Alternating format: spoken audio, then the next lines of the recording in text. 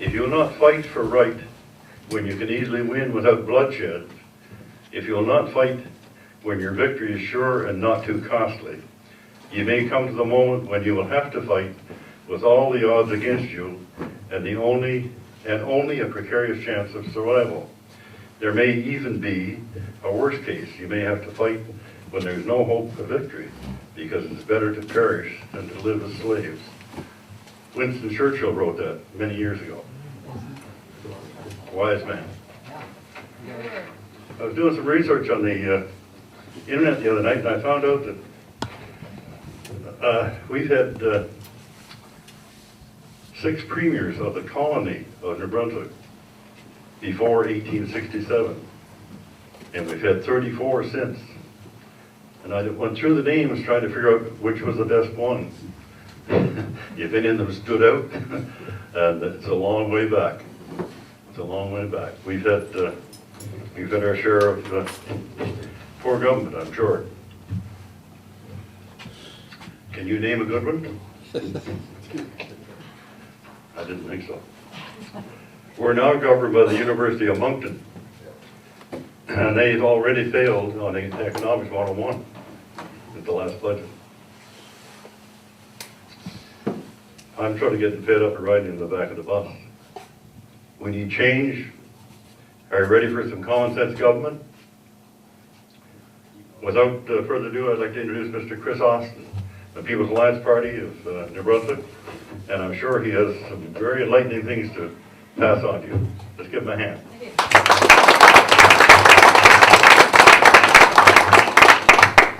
Well, good evening, everyone.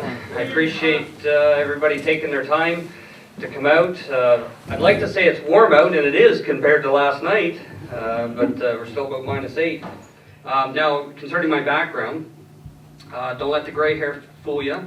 I am only 37 years old, and I came from Minto. I was born in Hamilton, Ontario. I've lived in Minto most of my life. I've lived in Niagara Falls for a couple years. I was in ministry for approximately 8 years, both in Niagara Falls, Nackwick, New Brunswick, as well as Minto. I have 2 children. One's 10 and a half. I had a little girl. She's 4 months old, so if you see the bags under my eyes, that's why. I also run a small part-time wedding business with my clergy number that I kept. I'm not in ministry any longer, but I do have a clergy number whereby I can perform wedding ceremonies, so I do that to help put food on the table. I am full-time with the People's Alliance now. I'm also the deputy mayor of the village of Minto. That's it in a nutshell. I'd like to thank the media for being here as well and covering the story. You know, sometimes as a smaller party, as a newer party, we struggle with getting any media attention. So when we do, we're very appreciative of it, and we know the people now are hungry for something different. Election after election, we go back and we go forth. We elect the Blues one election, and we don't like them, so we put the Reds back in, and we just go back and forth. It's like a ping pong game, and as a result, we are where we are today. So we want to give a different approach to politics. So tonight is the first step of the People's Alliance tour that we're doing in various parts of the province. We're going to be in St. Stephen on Thursday. We also have Fredericton, St. John, and Moncton lined up in the future over the next couple weeks, basically giving the same presentation. Tonight, it's my goal to give you a little bit of background on the People's Alliance, who we are, what we hope to accomplish, what we have accomplished, and a little bit of our vision as a party. I also want to speak specifically to the recent budget that has been passed, which we all are going to suffer the repercussions, not only now, but really in the future, because what we do today, we're learning, affects what happens tomorrow, not only to us, but to our children. So, after a little bit of history on the party, after I speak on the budget, then I'm going to open it up to Q&A. So if in the process of my speech here tonight, you have any questions, by all means, At the end, I'll give you the opportunity to ask, and I promise you to do my best to answer them as straightforward as possible. I've always said, getting into politics, I don't want to be the typical political, play the typical political game. I want to be straightforward with people. If I don't know, I'll tell you I don't know, but be as honest and upfront as possible. How many in this room have heard of the strategic review tour that happened last year? How many have heard of the choices report that came out of that strategic review tour? It's interesting that in the midst of all of that, we still are further behind today than we were before the tour started. So the People's Alliance is a newer party. We were formed in 2010, basically over the lack of representation that we found in government and politics today. I know many of you have witnessed, as I have, that many MLAs have been forced to toe the party line despite concerns from their own constituents. That continues to this day.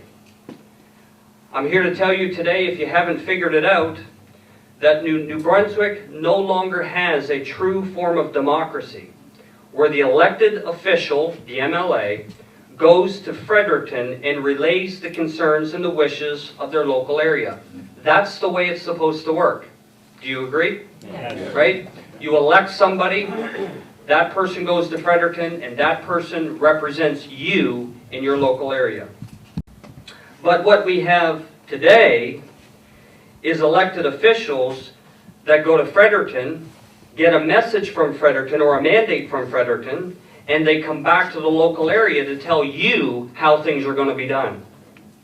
This is backwards, and it's counterproductive. It has created a system by which party agendas trump the voice of the people, and only a few select individuals within caucus or cabinet rule with absolute authority over a 4-year term. This type of system has resulted in poor decisions and has rewarded only the most faithful party supporters, while the rest of us is left footing the bill. This current system of government has resulted in the potential loss of NB Power to Hydro-Quebec. You remember that fiasco back in 2010? We were talking about that tonight over the supper table. How, you know, if that deal had gone through, and I know some are for and some are opposed, but regardless, if the deal had gone through, we would have no control over our power rates long term, and we would lose our crown utility. We could talk about the potential loss of NB Power. We could look to the Atcon scandal, which cost taxpayers approximately $70 million. We could look at the Alward Forestry deal, which continues to wreak havoc on our smaller mills, our resources, our habitat, and our environment. The two-party system has often been controlled by a media monopoly that has resulted in a 9.5% unemployment rate, a $347 million deficit, and a $13 billion debt. Now, I don't want to be a fearmonger, because I want to be as factual as I can, but we have to let that sink in for a second. The reality is New Brunswick has a population of approximately 700 to 750,000 people. That's the size of a city in most places around the world. So with a population of that size, we're carrying a debt load of $13 billion. Our young people are graduating our schools, from our universities and our colleges, and boarding the first plane to anywhere but here. I did it. Yes? Our illiteracy rate hovers around 52%. 52% of our population have low, inadequate literacy rates due to lack of government support, while the same government funds segregation by demanding French and English kids travel on 2 separate buses to the school. We rank at the bottom of the country in math and literacy skills. Those of you that are teachers in here or have been teachers, you know that the morale today is at an all-time low, and no wonder. In a recent article posted by CBC, NBTA President Peter Fullerton, he said this, and I quote, "Our education system is on the verge of imploding. Our families are being torn apart, while the mom or the dad is forced to work in other parts of the country just to sustain their loved ones and their family back home. Our seniors are spending their latter years cramped up in hospital beds when they should be given a dignified living in a nursing or special care home, but cannot because there are none available. Not too long ago, less than a year ago, 5 presidents of medical presidents throughout the province, they put a letter forward to the government trying to tell the government and show the government how bad the healthcare system is becoming, with wait times and surgeries and seniors in hospital beds. And they wrote in the letter, and I quote again, "Our seniors are left to languish in our acute care hospitals, declining physically and mentally, as this is not the proper place to care for them. Patients are housed in hallways and kitchenettes of units." That was a statement recorded by the 5 presidents of medical doctors in 5 different hospitals across the province. Folks, I firmly believe that what we are witnessing today in our province and in our society is decades of a failed 2-party system that has plunged our communities into poverty and stripped our best and our brightest of opportunities to prosper. As a party, the People's Alliance, we do believe that there is a path forward, that we can rebuild New Brunswick and we can shake ourselves of this dark moment.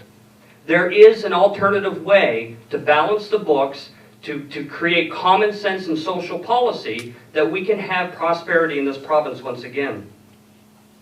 In 2010, again, we vehemently fought to stop the sale of NB Power to Hydro-Quebec. In 2014, we demanded that the government take fracking to a referendum to allow the people who live here to have a direct say on whether we proceed or not.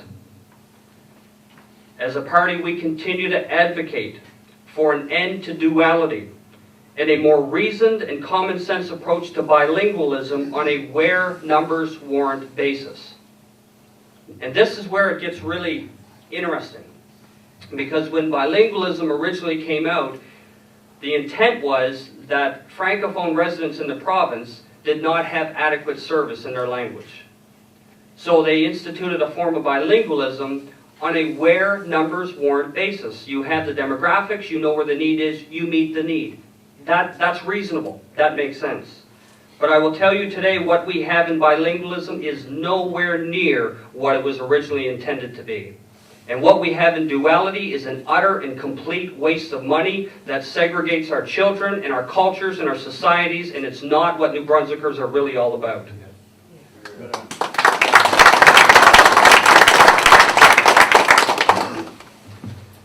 As a party, we built this thing 5 years ago, and we did it with the intent that we will never shy away from taboo and controversial issues, especially when those very issues directly affects the taxpayer and the social and economic fabric of our province. We can no longer allow political correctness to override our ability to debate and discuss critical topics that determine our future as a province. We have got to be much more mature, reasoned, and respectful to be able to talk about these things that matter so much to all of us. So getting back, that's a little bit about our party, but getting back to the budget and the strategic review program. Now, what I call the strategic review program and the choices report is really nothing more than a political spin game. Here's how they laid it out for us.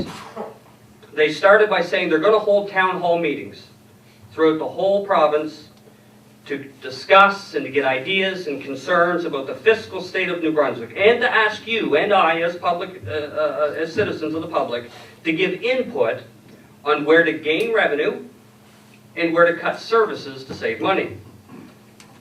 I remember being at did any of you attend the strategic reviews at all around the province? The one that I was at, I don't know if the one that you folks were at, but when it started, I attended the one in Minto. Victor Boudreau got up, Premier Boudreau, got up and said, everything's on the table. And he lamented about the state of our economy. He lamented about the fiscal challenges that we face and how our young people are leaving, and we have an aging population and declines in school, and he went on and on and on. And he's right in all of it. I could not argue with it. And then at the end of that speech, he then goes on to say, we're here today to discuss everything. Everything's on the table in terms of fiscal policy for our province. Well, that didn't last long, because as soon as the meeting started, the first thing people started talking about is duality. Why on earth are we paying for 2 health authorities when we would do well to pay for 1? Why on earth are we paying for 2 sets of school buses to drive children to 2 different schools when we would do well to afford 1? Why are we building 1 school over there for our English kids and another school over there for our French kids when we would do well to have 1 school that could house them both? Then all of a sudden, when those main issues came to the table, when issues like corporate welfare, why are we spending our tax dollars bailing out the largest corporations in New Brunswick, propping them up with our money? When those things come out from the public, then all of a sudden, not all things were on the table. The government then proceeds, after the strategic review is all done and complete. They go on this chaotic, fear-mongering scare tactic to make all of us think that we're going to have tolls on our highway, that our hospitals are going to be closed, that our rural schools are going to be mothballed, that teachers are going to lose their jobs, that DOT is going to be privatized, and it went on and on and on with fear. Everybody was scrambling. You know, it's the end of our fiscal state in New Brunswick, and we're going to lose all of our civil service, and everybody was in a panic. And they created that atmosphere for the sole intent of scaring us half to death, so that when they come out with a budget and they said, we're just going to raise your HST, everybody took a sigh of relief, thinking how great the government is, that they only raised our HST. What they failed to realize is that the people of the province are too damn smart for that trick anymore. We've been down that road, we've heard that same old game, and we've had enough. We need straight numbers, straight facts, and we need to know exactly where we are as a province. Nobody bought their bait and switch approach. Today, I wanted to do this tour here in the Miramichi as a start because I know the struggles you folks have faced and a lot of the issues that we tackle, things like representation, things like your Crown Forest and the mills that have suffered in this area. The fact that your MLAs are not attending your meetings, your town hall meetings, that's their job. They should be at these town hall meetings that you folks have. That's part of being an MLA. That's part of representation. You don't have to agree with them, but you have to be there to at least give the side of the government story. Today I want to tell you that there is an alternate way to balance the books. There's a better way that the fiscal state can be managed and that we can once again get on a path of prosperity. So the government gave us some numbers in their budget. The first thing they did was they raised the HST from 13% to 15%. Now the government projects in their estimates that will create approximately $300 million annually. Now that's give or take, as government numbers often are. Could be less, could be more. They also talked about laying off 200 DOT casual positions, or DTI casual positions as they call it today. And I thought to myself, in the midst of our fiscal state as a province, why are we going after the people that are just looking for 12 weeks work so that they can sustain themselves and their families for the rest of the year? But that's the ones that they go after, is the 200 casual positions in DTI. We're also going to lose an additional 50 teaching positions, most of which they say is through attrition. We're hearing rumors of privatizing several DTI garages, including a sign garage, a paint garage, and a light vehicle garage. This is the best one. I don't know if you've heard of this. But in the budget, the government is also proposing selling the names of government buildings to the highest bidder. Have you heard that? Yes. Like, can you imagine? A government asset, a government building, now being owned, or being not owned, but being named by a private corporation. That's one of their proposals. And they say that's going to generate in revenue approximately $1.5 million. So obviously nobody wants to do any work. That's what it is. So here's where it gets really good. So we've got an HST increase. We've got 200 DTI positions that are being axed. We've got the possibility of privatizing various DTI shops and garages. I don't know about you, I live in a rural area, I'm in Minto, and God bless our snowplow crew, they work like nobody's business, but they can't keep up with demand. My roads still aren't being plowed an adequate amount of time. Ambulances have to call the plow drivers to help get them to emergency situations. Life and death is often on the line in the midst of a snowstorm. We're already receiving cuts in that. So despite the HST increase, the cuts in DTI, the cuts in teaching positions, selling government names to the highest bidder, despite all of the things that they're doing in the revenue and cut side, the Gallant Liberal government is going to spend, listen to me clearly, the Gallant Liberal government is going to spend $303 million more this year than they did last year. So despite all of the cuts, despite all of the changes that they're trying to make, they're still spending more money. If you have a Visa or a MasterCard, just to simplify it, and you're spending too much on your Visa MasterCard and you're struggling to make your minimum payments and paying the interest on your Visa MasterCard, is the strategy, the smart strategy, to spend more of your Visa MasterCard to rack the credit up higher? But that's exactly what this budget does. It is a tax and spend liberal budget. And it does not solve the problem. So not only are we spending this year projected $303 million more than last year, but by the time it's all said and done, we're still looking at a projected deficit at the end of the year of $347 million projected, with a combined debt of over $13 billion by the end of this year. So in the midst of this fiscal chaos, in the midst of the services that we're seeing being cut, government is not choosing to balance the books. So that's what they've put out. That's their budget. I'd like to say you can change that, but chances are we can't. We're stuck with this government for another 2.5 years. Here's some things that we've put forward, and this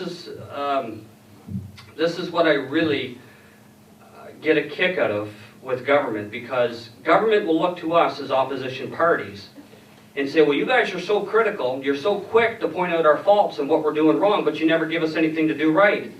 And that's just not true, because we've shown them various ways where the budget can be balanced and we can start on a road of prosperity. The first thing we need to do as a province, and I firmly believe this, is we have got to end corporate welfare. As taxpayers of this province, we can no longer afford to give approximately $300 million every year to big corporate industry. First of all, it doesn't work. And second of all, it continues to propagate the idea of debt and deficits that we face every year. So by ending corporate welfare, $300 million would be saved annually. If we took out of that 300, and I don't want to bore you with numbers, I'm not trying to get your eyes to glaze over here, but just to get a grasp of what's going on. If we took out of that $300 million that we would save by ending corporate welfare, if we took $9 million out, just $9 million of the 300, we could completely eliminate the small business tax in New Brunswick. So small businesses in New Brunswick right now pay approximately $9 million a year that the government gets in revenue. If we ended corporate welfare, we could eliminate the small business tax. So if you're a small business owner, you don't pay taxes in the province. And think of what that would do for the rest of businesses outside of New Brunswick if we could advertise that and say, hey, come to New Brunswick, set up shop, there's no business tax. And guess what? It doesn't cost the taxpayers 1 red cent because they weren't here to begin with, right? So when they come, they're employing people, they're getting incomes coming in for families, and it begins the process of rebuilding New Brunswick on a small and medium-sized business scale, rather than just throwing money at big corporate interests, which again, just doesn't work. The second thing that we suggested in the strategic review and leading up to the budget is, as I said earlier, end duality. You see, it's not about language, not only about language, it's about fiscal responsibility. Former Finance Minister Blaine Higgs, have you ever heard that name before? I do respect Blaine. He's had some good ideas, I think, in the past. I don't agree with everything he stated. But I remember one day we had him kind of cornered on a political panel. Anybody ever watch the CBC political panel? We were debating back and forth about the merging of the health authorities. And Blaine Higgs, straightforward guy, I guess that he is, he come out and Terry Sega asked him, well, why can't we merge the two health authorities, as Mr. Austin's saying? And Blaine Higgs said, well, we could, but politics doesn't allow us to. And then later on, he came out with numbers on merging the two health authorities, and he said publicly that it would save the province, it would save taxpayers $40 to $60 million every single year by having one bilingual health authority. I mean, I'm baffled. Simple, you get rid of the two boards, you form one board, one health authority, and you know what else? Remember the story about St. John and Moncton fighting over a piece of medical equipment? Do you remember that story in the CBC? Vitality and Horizon, they were back and forth fighting over which one got the piece of equipment. That would all end because you have one health authority that would make the decision on where the equipment goes. So it's good for the fiscal state of the province, and it's also good for the social state of the province by ending the two health authorities and making one. Tomorrow morning, I'm going to proudly be walking into the courthouse in Fredericton to seek application for intervenor status on the dual bus issue. Sure. Tomorrow morning at 10 o'clock in Fredericton at the federal courthouse, we are going to be seeking intervenor status on the dual bus hearing at the Court of Appeal. And we're going to be presenting a case over time telling the court why it's absolutely asinine that the people of New Brunswick are putting our children on two separate buses and sending them to school every day. It's ridiculous. Not only is it ridiculous, but in our opinion, it's not constitutional. It's segregation, plain and simple.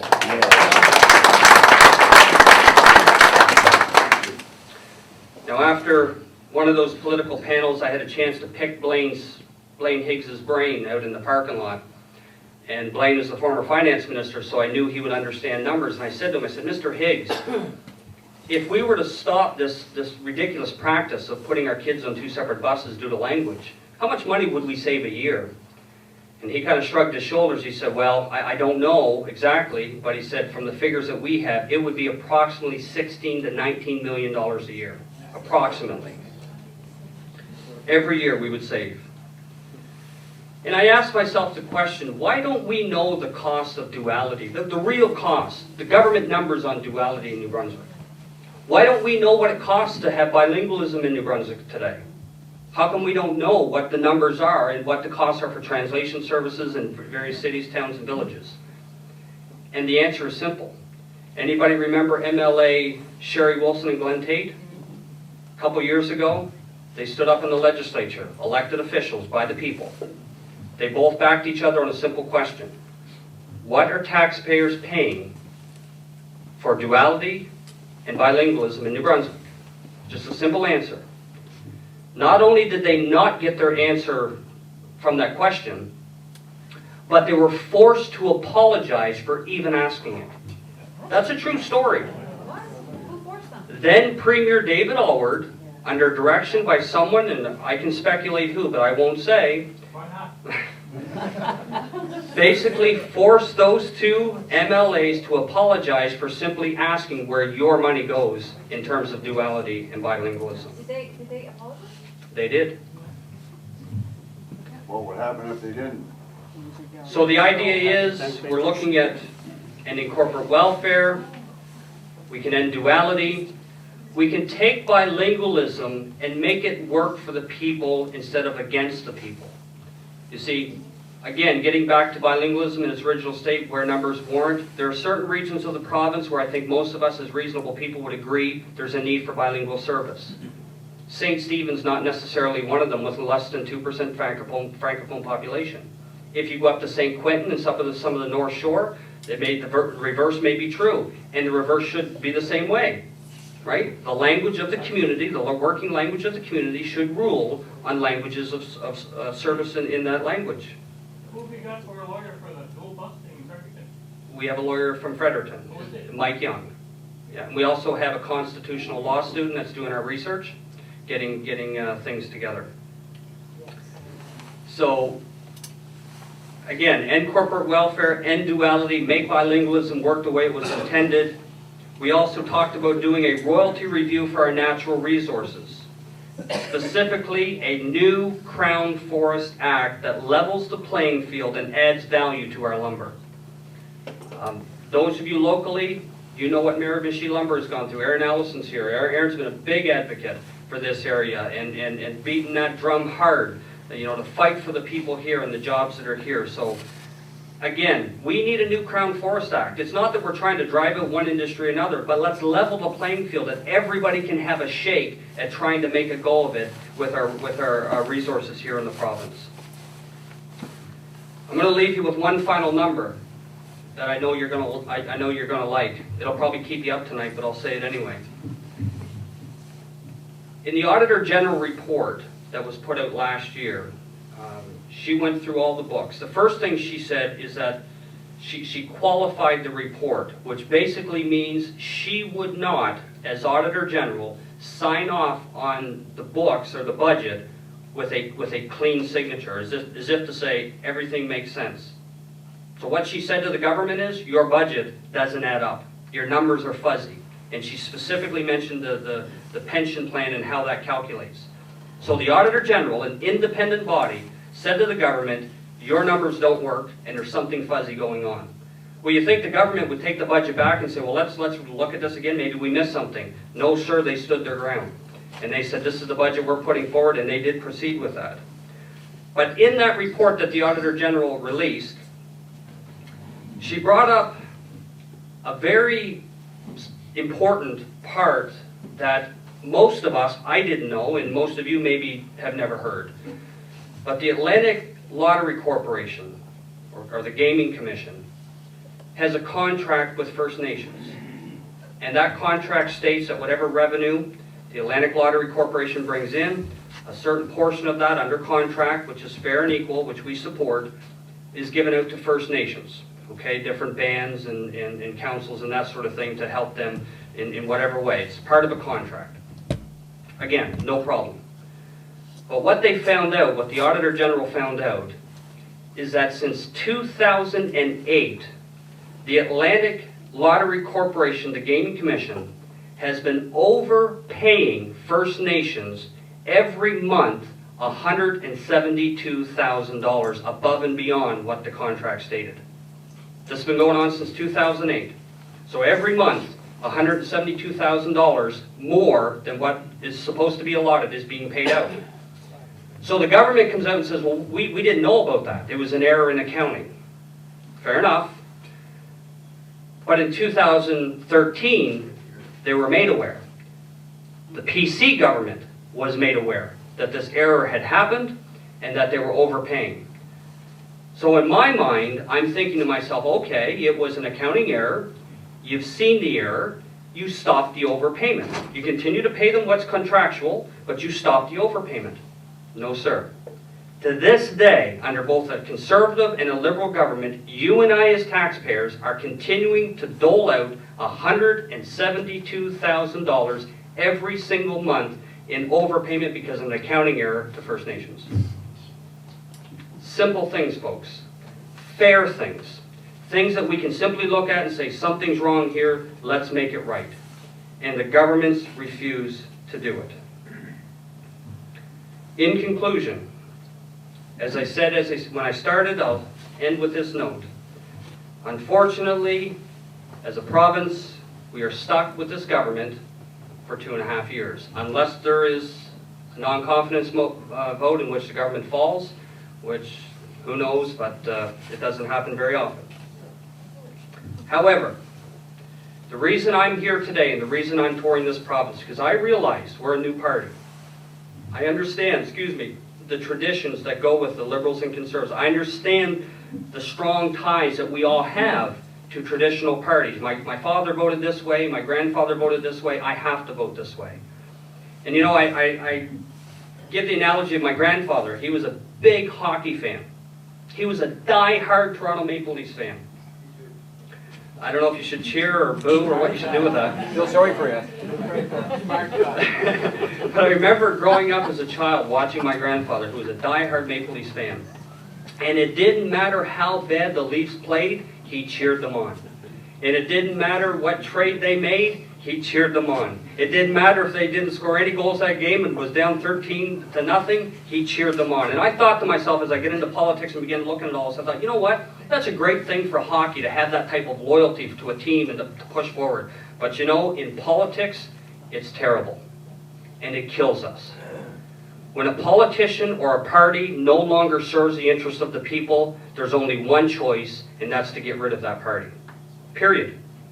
And we cannot keep this back and forth, red, blue, red, blue. And look, I'm biased. I understand I'm the leader of a new party, and I'm asking people to look at what we're saying and consider what we're offering them. But at the end of the day, if you look at what we're saying, you simply say, I can't follow that for whatever reason. I ask you to look elsewhere. But look to some other parties or independents that are offering solutions to our problems, because the red and the blue just aren't cutting it anymore.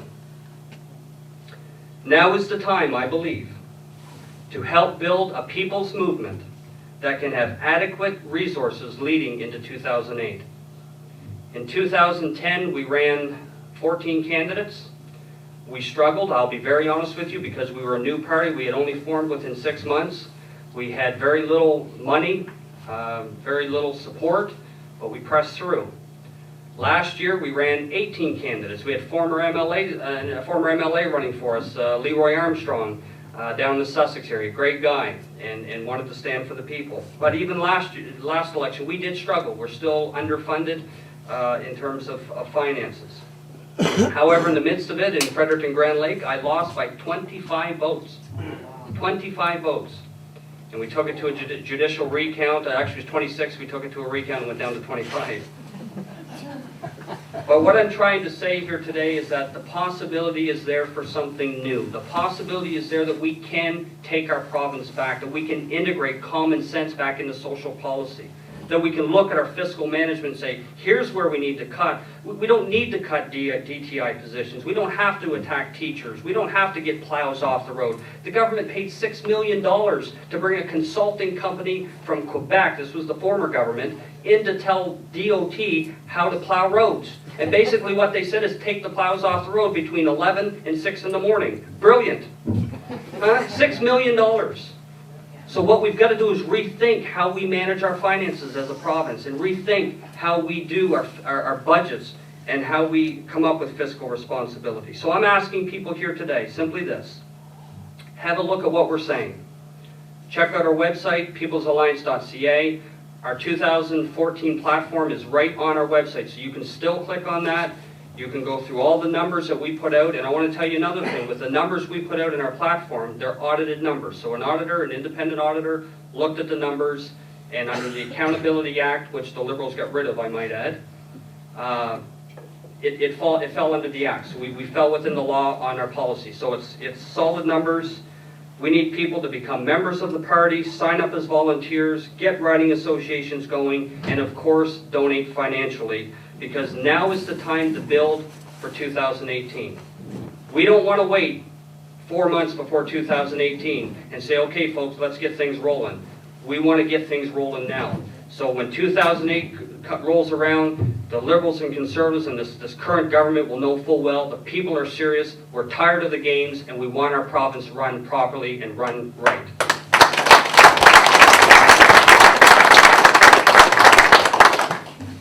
Now folks, I'm going to say right now, there is no magic wand. I'm not going to get up here and say we can solve everything in one term, but I believe we can put our ship back on the right course and start the process of prosperity for New Brunswick. So with that said, I'm going to open it up for any questions that anybody may have, and again, I'll do my best to answer them. Aaron.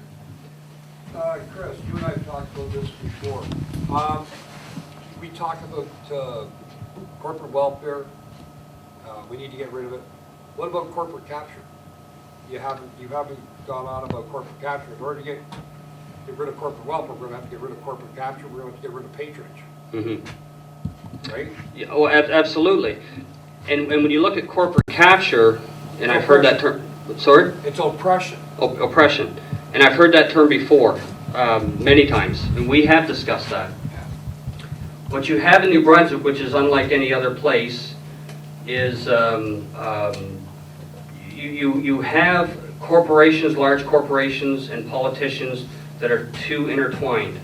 And as a result, decisions are made that often favor large corporations rather than what makes work with people of New Brunswick. So in essence, when you talk about corporate welfare, it does play into the idea of corporate capture, because if you end the payments that we're giving in subsidies every year to large corporations, we begin to lessen the grip that they can sometimes have in decision-making processes that politicians make when elected. Does that make sense? Works for me. And in plain Higgs, you're talking about the video that you were on, the political panel, was December 2014. I posted that all over, you know that. Yeah. No, I know, Aaron, you've been a great advocate in the Miramichi area. Aaron was down in St. Stephen with the town hall they had down there and getting around the province. And look, folks, this is what it is.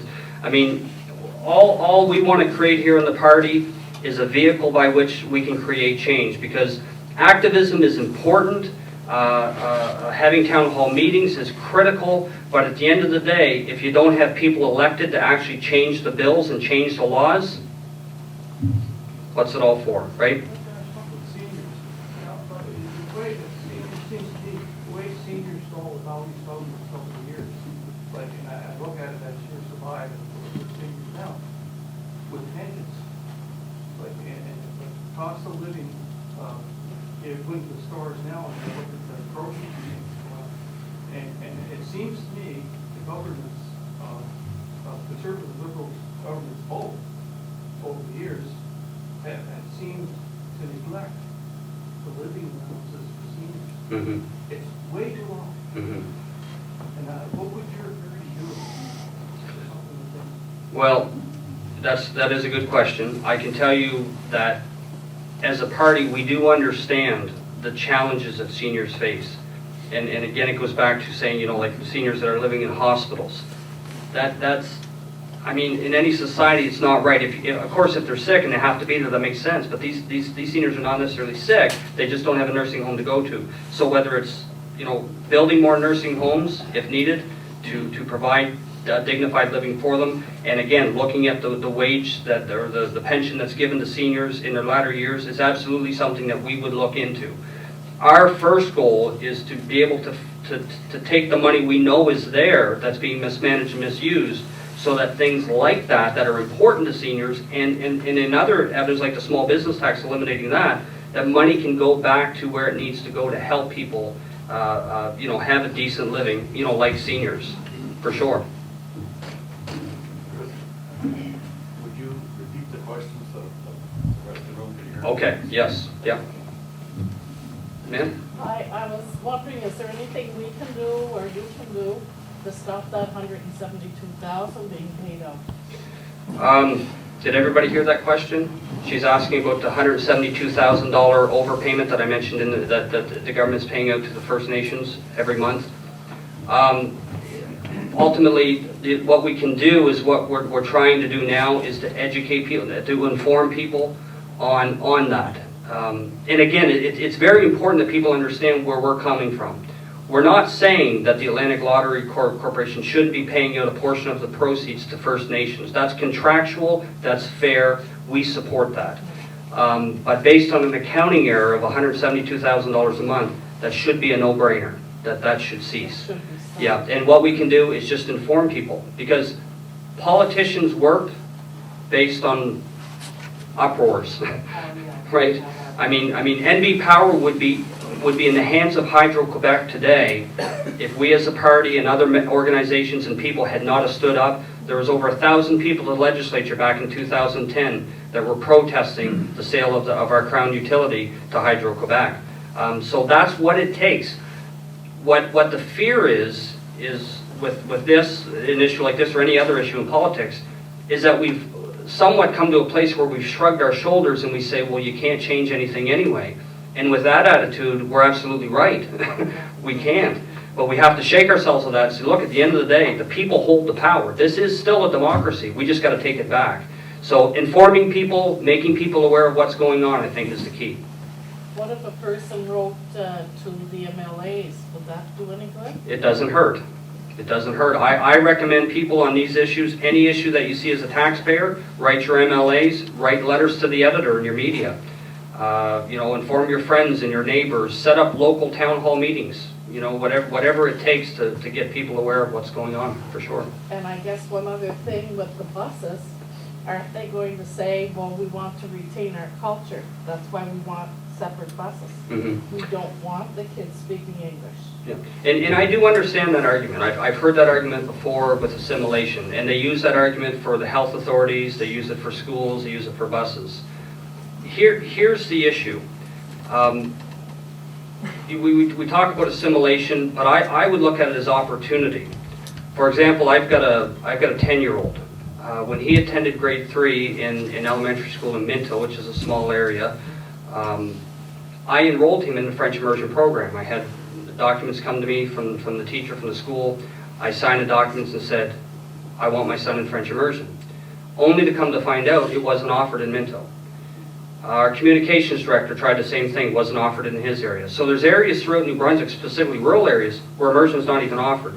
So what would happen if the French and the English kids got on the same bus, went to the same school, and when they got to school, say a certain wing of the school was the French section of the school, and all the French kids went in there and they learned through their French language, and on the other section there's an English section of the school where they learned in their language.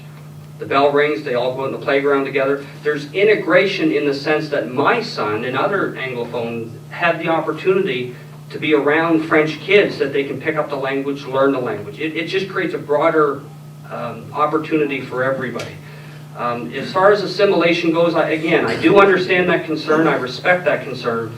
But at the end of the day, it's really about the home and the communities by which you live in, to make sure that the heritage and culture is sustained at home and in the communities. Yes, sir. Like you were saying, that corporations and the government are intertwined there. I'm going to ask a question about New Brunswick Hydro. Why is it 10 cents a kilowatt hour in New Brunswick for hydro? That's retarded. When it's 5 cents in BC, 4 cents in Alberta. But yet New Brunswick's the poorest province, and we get taxed more than any other province. And I'd like to know this 15% HST. I'd like to know where our tax money is going. They're not transparent. And I'd like to know where our tax money is going for our houses we bought here. Nobody tells, the government's not transparent, and all kinds of other things. And like I said, the government for years have kept New Brunswickers oppressed for years. And it's been going on. And people are scared to talk up. And you need more people like this to stand up for their values and families and stop the corrupt governments.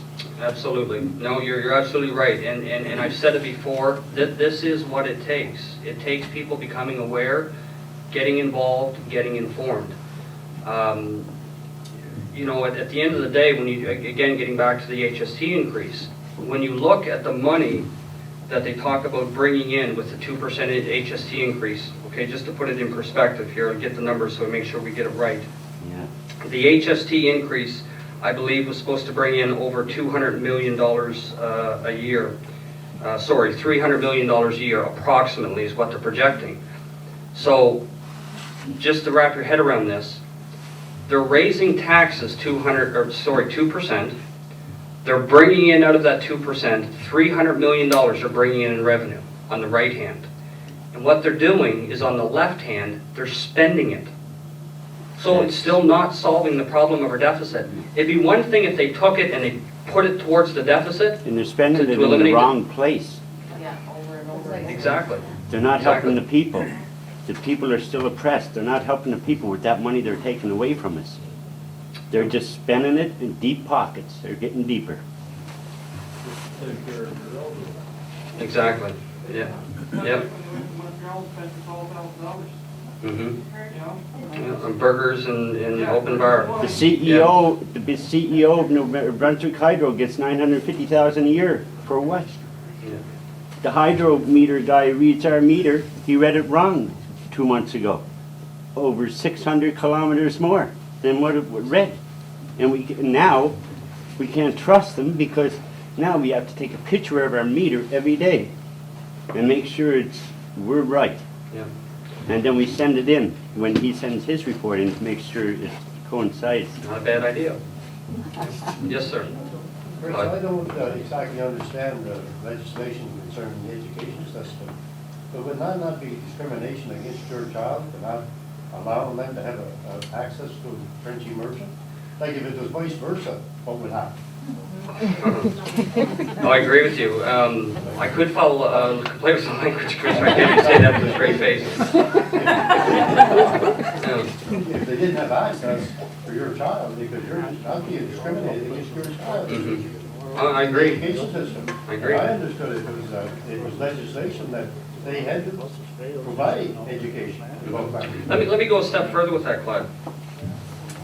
Not only does my son not have access to French immersion, but I recently read an article on Radio Canada that stated that there was a French family that sent their child to an English school because they didn't want their child to travel. Like if you live in Minto, Harvey, you travel into Fredericton, the whole St. Anne. So they didn't want their child to travel. So instead what they did was they enrolled their French child in an English school, and they enrolled that child into French immersion in the English school. Well, guess what? That's against the law. They're not allowed to do that. So the education minister, Serge Roussel, he got all up in arms about it, just like he did on the busing issue, and said he's going to put a stop to that. And I thought to myself, if more Francophone parents did that with their children, put them in English school, and it was allowed to put them in French immersion, that would create opportunity for my child to go in the same class as those kids so that they could all learn French together. But it's Right? sad you have to do it that way. Yes, I mean, it should be available. I 100% agree. It's legislated for a job. Yeah. Bilingual position. Yeah, Why wouldn't it be available? no, I agree. I agree. And just a comment, the students taking French immersion aren't coming out bilingual enough anyway. No, they're not. To get jobs. No. 17% rate, I think. Yeah. Sir at the back? Yeah, we're supposed to be a bilingual province. How come, like most of the kids now that graduate with French immersion, they can't get a job here anyway? Because it's not recognized as being fluent bilingual. They make them take a test there for a government job, and they can't pass the test because it doesn't meet the qualifications of the government. You got to speak Quebec French in order to get the job. So if it's a bilingual province, how come they don't put all the kids in French immersion?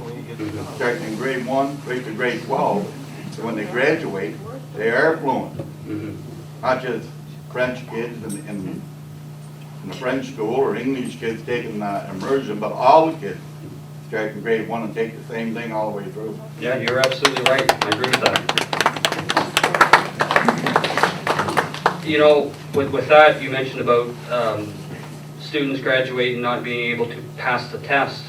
The funny thing is, as a party, we've received emails from French people that are francophones with a French heritage, Acadian heritage, that are not able to pass the test themselves.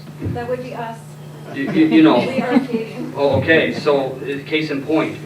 I mean, I can't stress enough that when you look at duality and bilingualism, we've got to get back to the drawing board. We've got, see, we have every 10 years, there's amendments to the Official Languages Act, is what they call it. The last one was done under David Alward.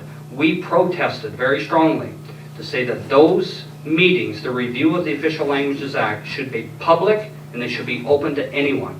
They weren't. They were behind closed doors, and MLAs that are now speaking out about it, and I give them credit for it. I'm not trying to diminish the fact they're speaking out about it now, but everyone that's speaking out about it now voted in favor of it here just a couple years ago. So, you know, again, we got to get back to the drawing board on these language issues. We've got to do it in a rational, common sense way to recognize there is a reasonable sized French population. There's Acadians, and probably if we go through this room, we could find Acadian heritage and background. So there's got to be a rational, reasonable way, and what we're stating in our policies, we believe, is very reasonable to accommodate everybody, save money, and create a fair and level playing field. Yeah. Saying a lot of the same thing that we're saying. To answer the second question first, the People's Alliance, there's only 5 registered political parties in the province. There's the Conservatives, the Liberals, the NDP, the Green, and us. There's no other registered political parties in the province. So the Anglo Rights Group, and I think that's what you're referring to, like the Anglo Rights Group, Citizens United, there's Facebook groups out there, I think we referendum on bilingualism, all different types. All very worthwhile, but they're activism. It's activist groups. Good groups, and you know, they deserve support, but they're not political groups in nature as we are a registered political party. So we can run candidates in an election, as opposed to the other groups. They don't run candidates. They're not registered as a political party. They're as a non-profit or something to that effect. Any other questions? Where is your funding coming from at this point? Like, how did you get to here? Our funding has been the greatest challenge. There's no question. When you look at the Liberal and Conservative parties, they run, I think the Liberals run between $1 and $1.2 million a year. The Conservative Party is around $700,000–800,000 a year. We run around $15,000–20,000 a year. That's the percent. Where does it come from? Okay, yep, good question. Every election, there's an allotted amount of funds that is a stipend. Okay, it's set aside in a pool. So based on the vote count at the end of that election, whatever percentage of vote you get is the percentage of funding that you get from that pool. So the People's Alliance every year, we get around $14,000 a year. Now recently, this is why I'm getting a new wind in my sails, because people like you are stepping forward financially, big time. And it's humbling to me because we need it financially. I mean, there's just no question. To have these town hall meetings, to travel, to get the message out costs a lot of money. But I'm humbled because I understand the dire predicament we're all in financially on a personal level as well. I understand the seniors and the plight that you folks have, and I know what it is to have families split apart, and especially with the West now, with the oil being down and all that. But yet still, people are giving. They're donating. Some are donating. So where does corporate, because pretty soon that's what's going to come next for you, right? As you develop as a party, that's the next thing that happens. You start to get some following, and then businesses start coming, and they start there. Well, what we enacted early on as a party is that we would not receive funding from large corporations. How large is large? Well, we want to focus on small and medium-sized business, and that's a good question. That's a question that we've struggled with because that's where the power starts to go. Business owns government, right? Yeah, I understand that. I understand that, and that's why we're trying to stay away from. We want to keep this pure. We want to keep this pure and for the people. So, but on the same hand, we don't want to discourage businesses that want the same path for New Brunswick to helping us get the message out. So, you know, in terms of large corporations, and, you know, we will not receive money from them. Small, medium-sized business, we gracefully will take any donations that are made to help us get the message out. Thank you. You're welcome. We have 2.5 years to help develop this. So when it comes time for you to run, you could possibly get in. What can we do as a people right now to help? I mean, we can donate, but there's got to be other things I can do. Like, do you have a poster like that? I'd like to hang it on my house. And I'd like you to hang it on your house. We're right on an NB trail where there's like tons of traffic, and Okay. I mean, I want to do everything I possibly can to get this Okay. out. We need to run Everything. that Facebook. Yeah. Yeah, no, and that's it, and that's I wanna be awesome. involved. And that's awesome, and that's what we need, and you're right, the donations are one aspect of it. First thing I would recommend to people that are showing interest is get a membership. They're free right now. We're having our AGM in May. That's another thing I want to stress too. Our AGM is coming up in May. where if you're a member of the party, only members are allowed to come. We elect a board. We have a board that I'm accountable to as a leader, so there's accountability. And the second thing is become a member and form riding associations. So there's 49 ridings in the province. The whole province is broken down into regions or electoral districts. Each region needs a riding association. It needs a group of people that will say, for this riding association, for this electoral district, we are the People's Alliance voice. We're the local ears and the eyes.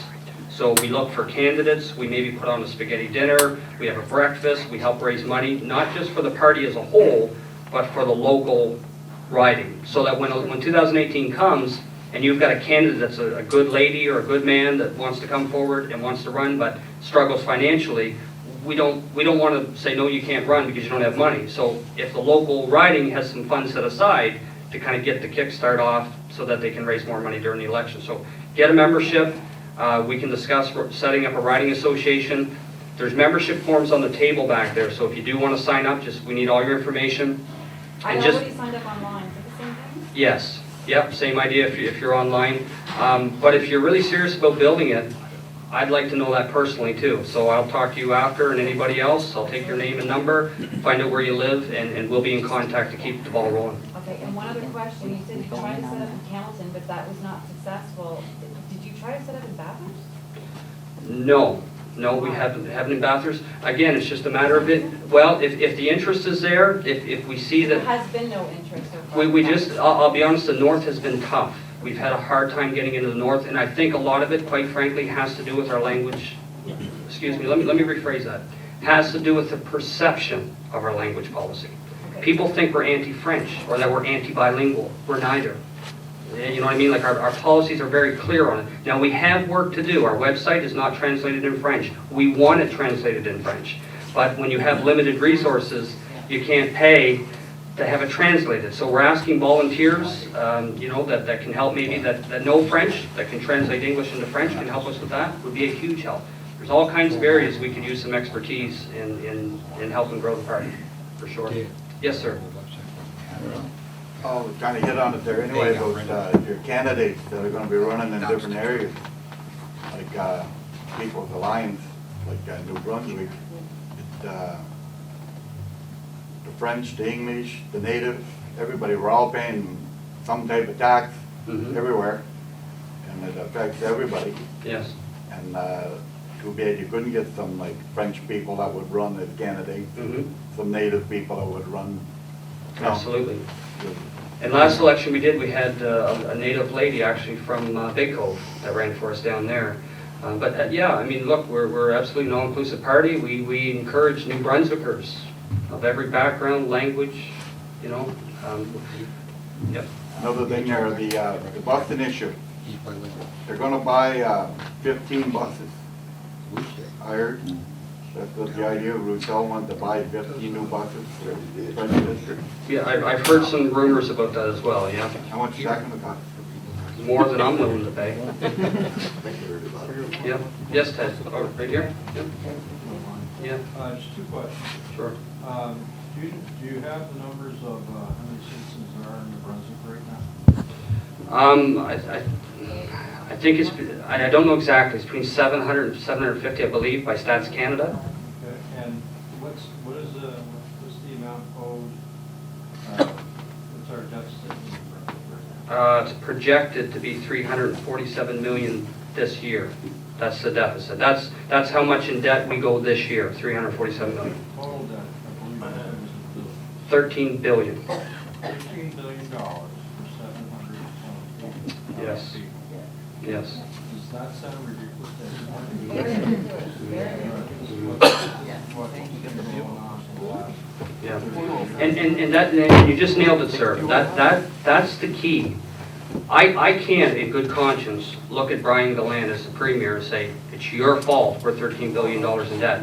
It's your fault we're not fixing it, but it's not your fault that we got here. Well, this is the crony capitalism you're talking about. It's been going on for years. Yeah. And we gotta get rid of this dwell.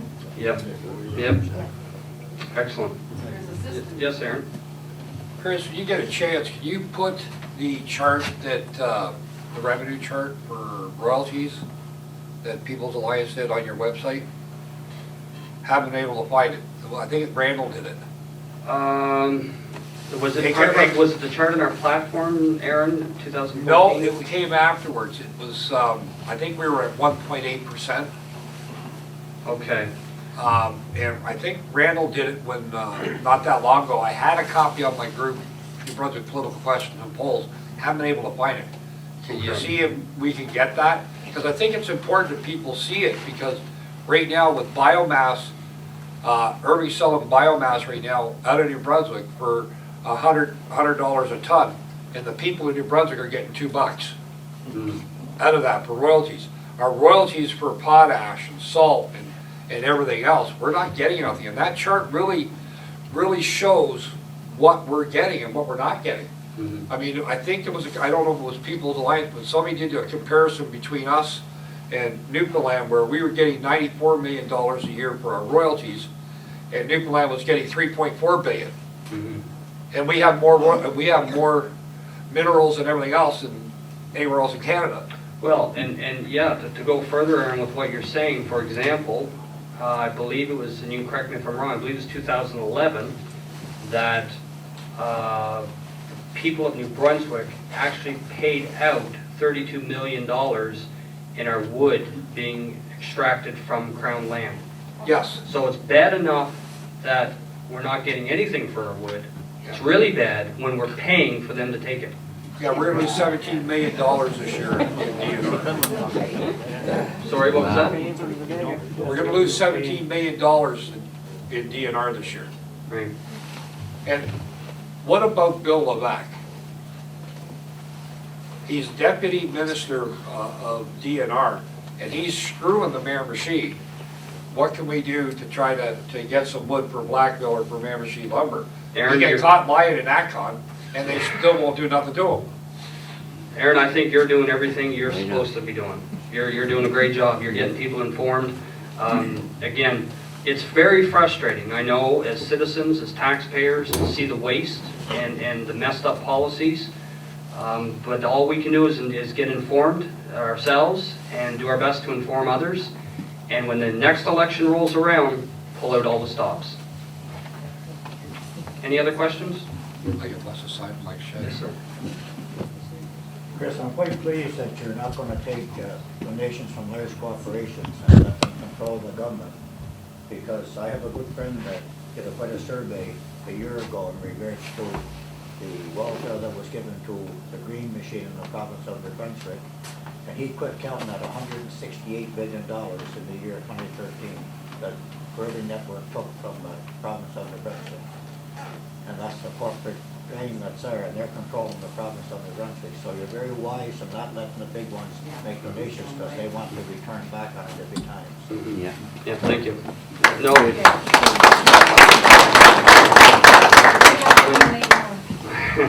When we formed the party back in 2012, that was kind of the idea right at the start. We said, look guys, there's 4 political parties. You know, those of us that founded this thing, we said we don't want to just start another party just to be another politician, another, you know, we've got to do our best to try to keep it pure. And that was one of the first things we said. Well, let's make sure that we don't accept donations from large corporations. Let's try to make this grassroots as much as possible. And I'll tell you folks, for the first 5 years, I traveled this province as a leader, sacrificed, not just me, a whole team of people, sacrificed. We weren't paid, we volunteered, we put our own money into it to get it going. We're finally to a place now where we can start to see the light at the end of the tunnel, because people are waking up and they're saying this is enough, and they're getting on side and they're helping to build this. So we want to keep it pure. We want to keep it moving forward, that it's got the right intentions and as we go forward. In remarks to gentleman was saying, you can't take off the table the fact that there might be some large corporations that see the same views that are willing to donate. You can't be demonized for Right. accepting something that will help the party through. Right. I mean, that's just common sense. And anyone that attacks that part of it, well, then they really need to be educated a little more about how politics really does work. Yeah, and us, we're not trying to demonize large corporations. Large corporations certainly play a part, you know, in the economic fabric of the province. We want them here. We want them doing business. But what we want is a level playing field, so that they play by the same rules as everybody else. You know, that's all we're really after. Yeah. I think it's more of like, if they give money towards your platform, they can't dictate what it is that you're doing, that's basically what you're doing. Yeah, that's it, that's the word, exactly. We're trying to keep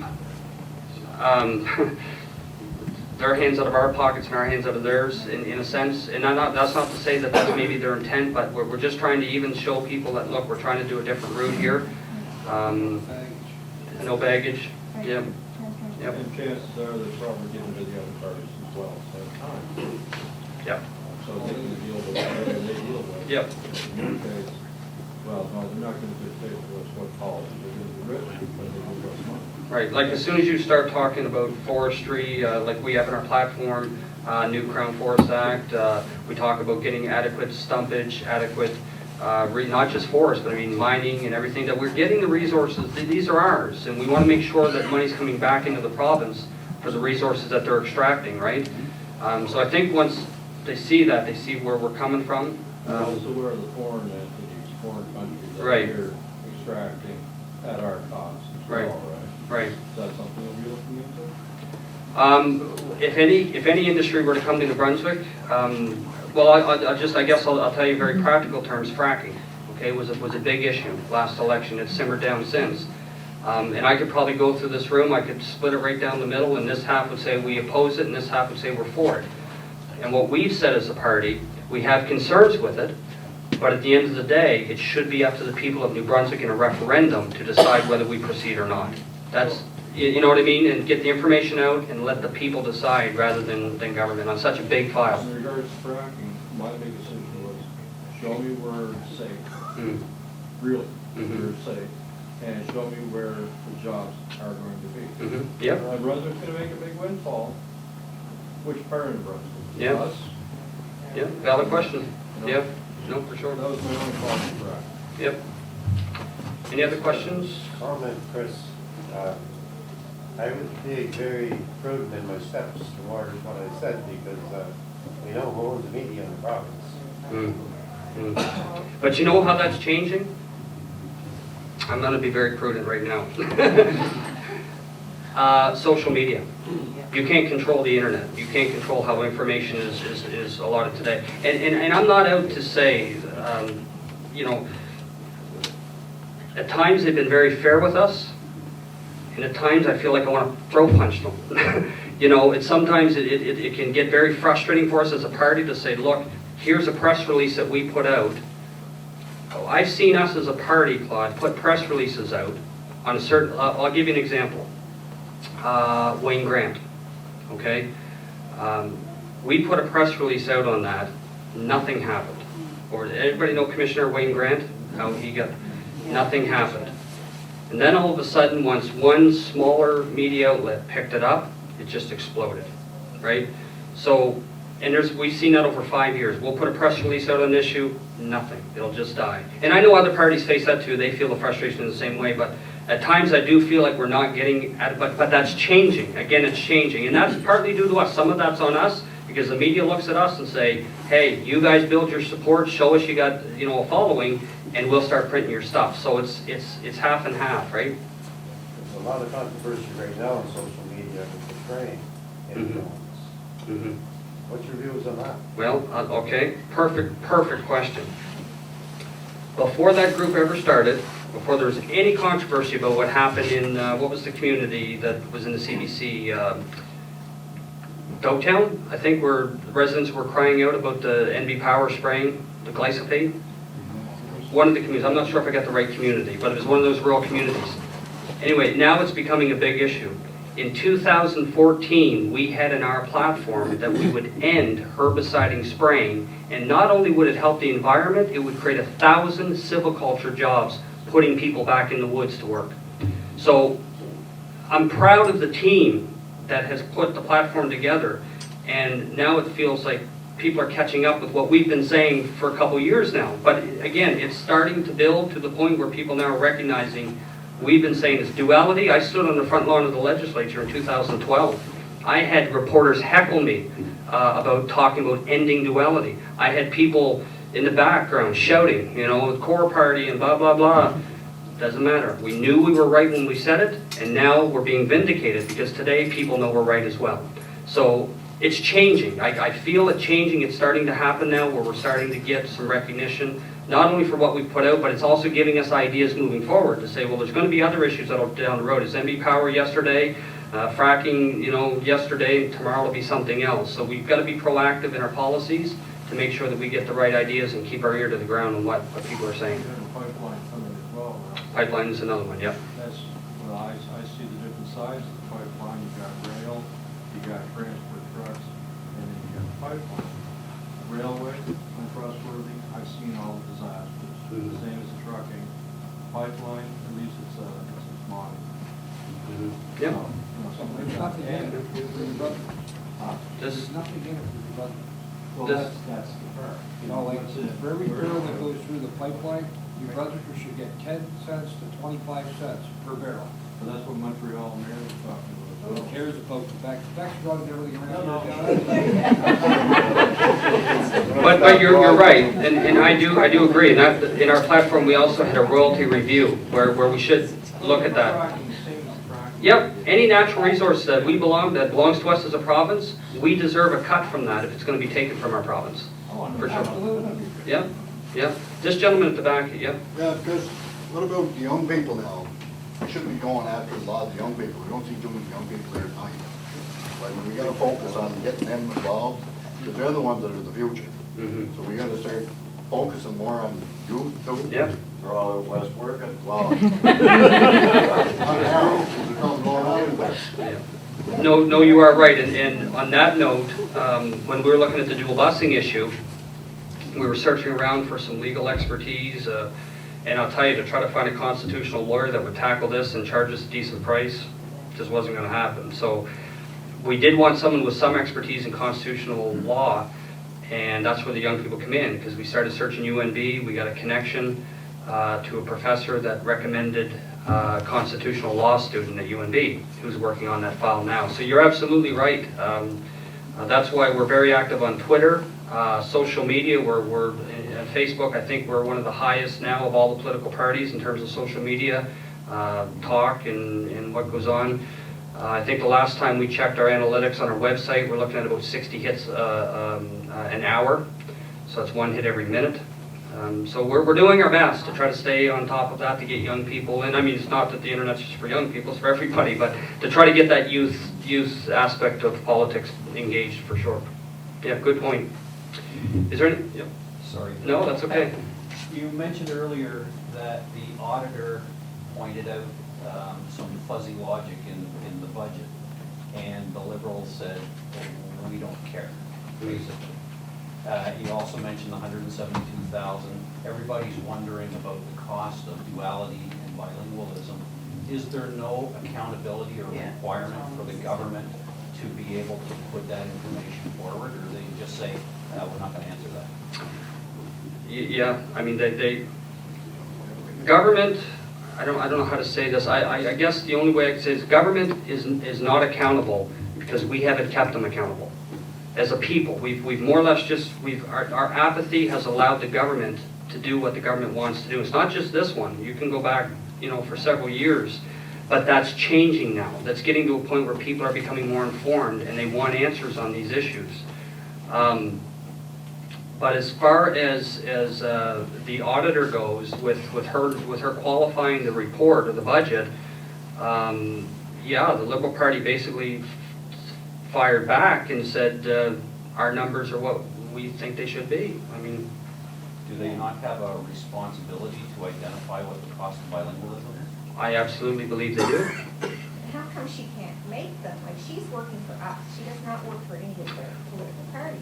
They could also get rid of her. You're right. They've tried. But that's not right. Yeah. Now, Give it. Let me. Auditor General. Language Commissioner. The ombudsman, yeah. They want to get rid of all of them, so we'll have nothing. Yeah. Well, give you an idea. The Auditor General over AtCon. That was a huge issue. Still is a huge issue. People want answers on AtCon. Period. We want to know where that money went and what happened. So the Auditor General said, I will do a forensic audit of the AtCon file, but we need resources to do it. So the government said, well, you can go through the committees, which is their way of saying, we're not giving you anything. Kudos to the Auditor General. She basically said, well, I'll do it anyway, and you'll pay for it. So as far as I can tell right now, the Auditor General is proceeding with the AtCon file of doing a forensic audit of it. So there's some powers she has there that independent offices have, but they're not powers that supersede the majority of the Legislative Assembly. So the Language Commissioner is another one with a whole Wayne Grant file. We were the only party that said that what she did was in conflict and she should be removed from office. I went to the hearing, the committee hearing. I expected some tough answers on why she did not disclose in her review letter that she was the complainant and the investigator. She didn't do that.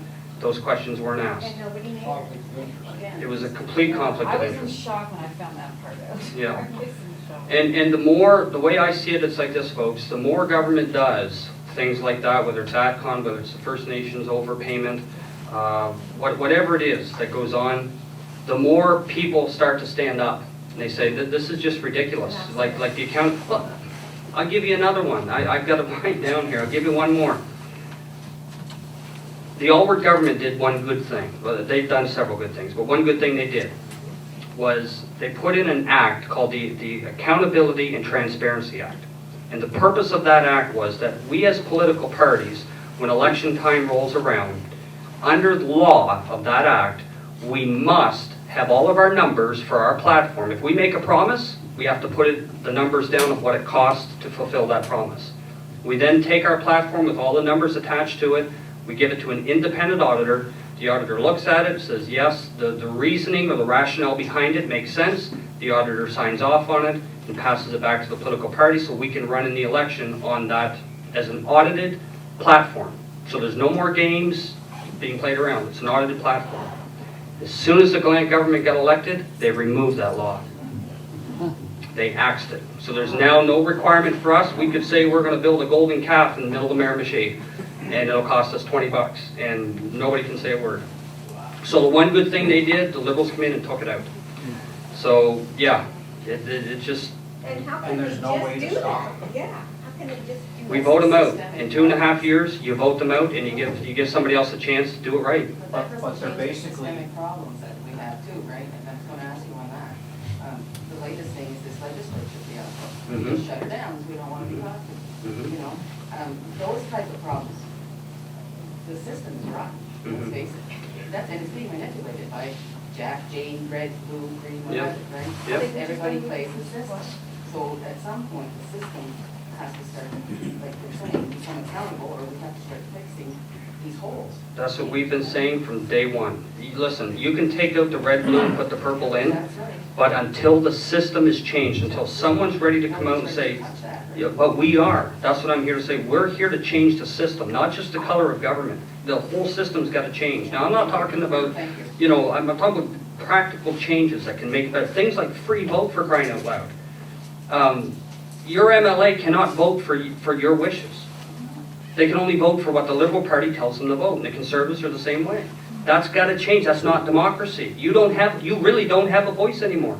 You can't get rid of the party whip system. The party whip system has to go. It's got to be a free vote system that has... Now, mind you, don't get me wrong. We have a platform. We run on the election, okay? When we get voted in, our mandate is based on that platform. That tells me that the people who voted for People's Alliance voted for that platform. So we have a mandate by the people to proceed with that platform. So I would expect the MLAs under me to proceed with that platform, okay? There is times you have to have cohesion as a government and as a party, but there's so many bills that come forward that it's not in the platform, it's an everyday bill that comes up, and they just basically go, well, the language, again, the Official Languages Act review that was done, the MLAs just went to the PC leaders, said, what do you want us to vote? Vote in favor. That's what I'll do. They didn't even read the bill. They just went and voted in favor of it. At the So, time that the Miramichi, the language police were here dealing with Miramichi, we're not French enough, they were taking his second language French services right out of our community college here that allow people to become French. Yep. No one taught that going on, it's, we didn't Yeah, use but each Sherry other. threw her out of the office. It's ridiculous. Yep. Yeah, he threw her right out. Yeah. And then she went to And Michael she's Noel, told us we're not and she ready. said this, and this, and Mike said, there's the door. They threw her out. Threw her off to Miramichi, that's where she belongs, down. Okay, we'll get the three of you in. You, ma'am? Okay, I just wondered, don't they have caucus meetings, and that's where they can bring up ideas from the public? Yes, Yeah. yes, they do. But caucus meetings is only, well, I mean, you've got caucus meetings, generally your cabinet runs the government. I mean, you know, your Minister of Education, Minister of Finance, your Premier, they run government. But you know what, at the end of the day, and I understand caucus and coming forward with ideas and suggestions for your local riding, but at the end of the day, democracy works best when you stand on the floor of the legislature and you say, you know what, this bill that's being passed, I know my party supports it, but my people don't, and I have to vote with my people. That's the way democracy is supposed to work, in our opinion. Yes, sir. Do you have any theory on why Dr.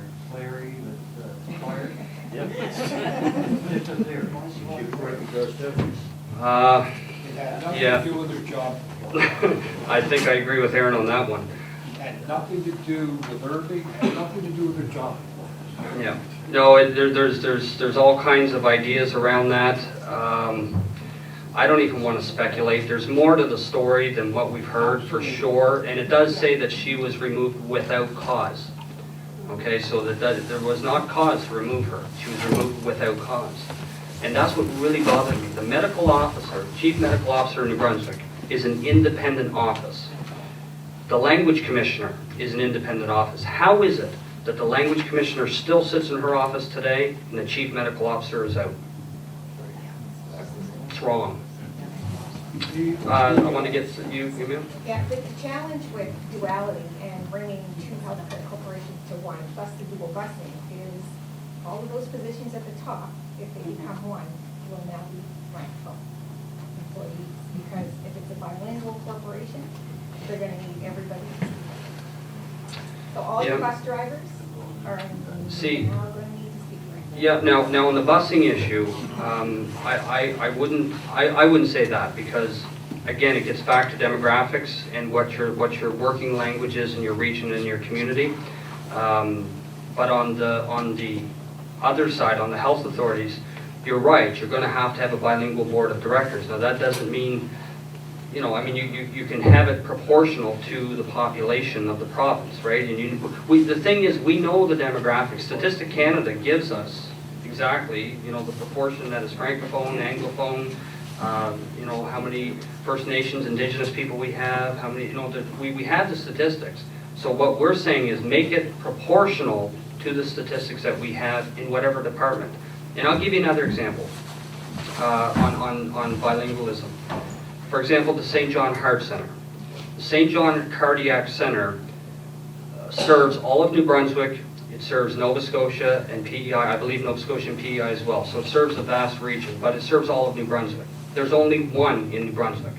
So I believe that cardiac center should have bilingual services, because when the Francophone up north has to come down for heart surgery, that person deserves service in their language of choice. It's a centralized service, it makes sense, But right? not everybody has to be bilingual. That's the overkill. That's what we're saying. Let's just put some common sense into it and make sure it works where it's a centralized service.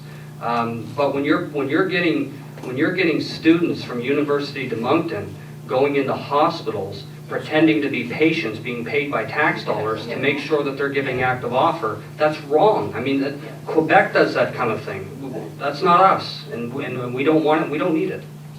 But the fact that they're now allowed to work in the language of their choice makes it so that the top layer will have to be bilingual.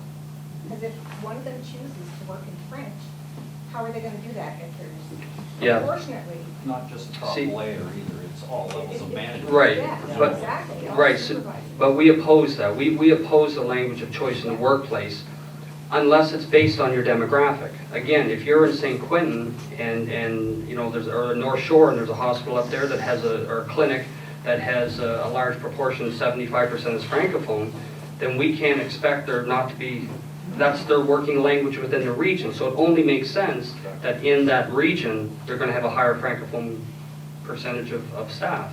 And the shoe fits the other way too, right? It should be across the province that way. I guess what I'm saying is, in terms of bilingualism, a one-size-fits-all just doesn't work. And you can't even do it. Look at the paramedics. They tried.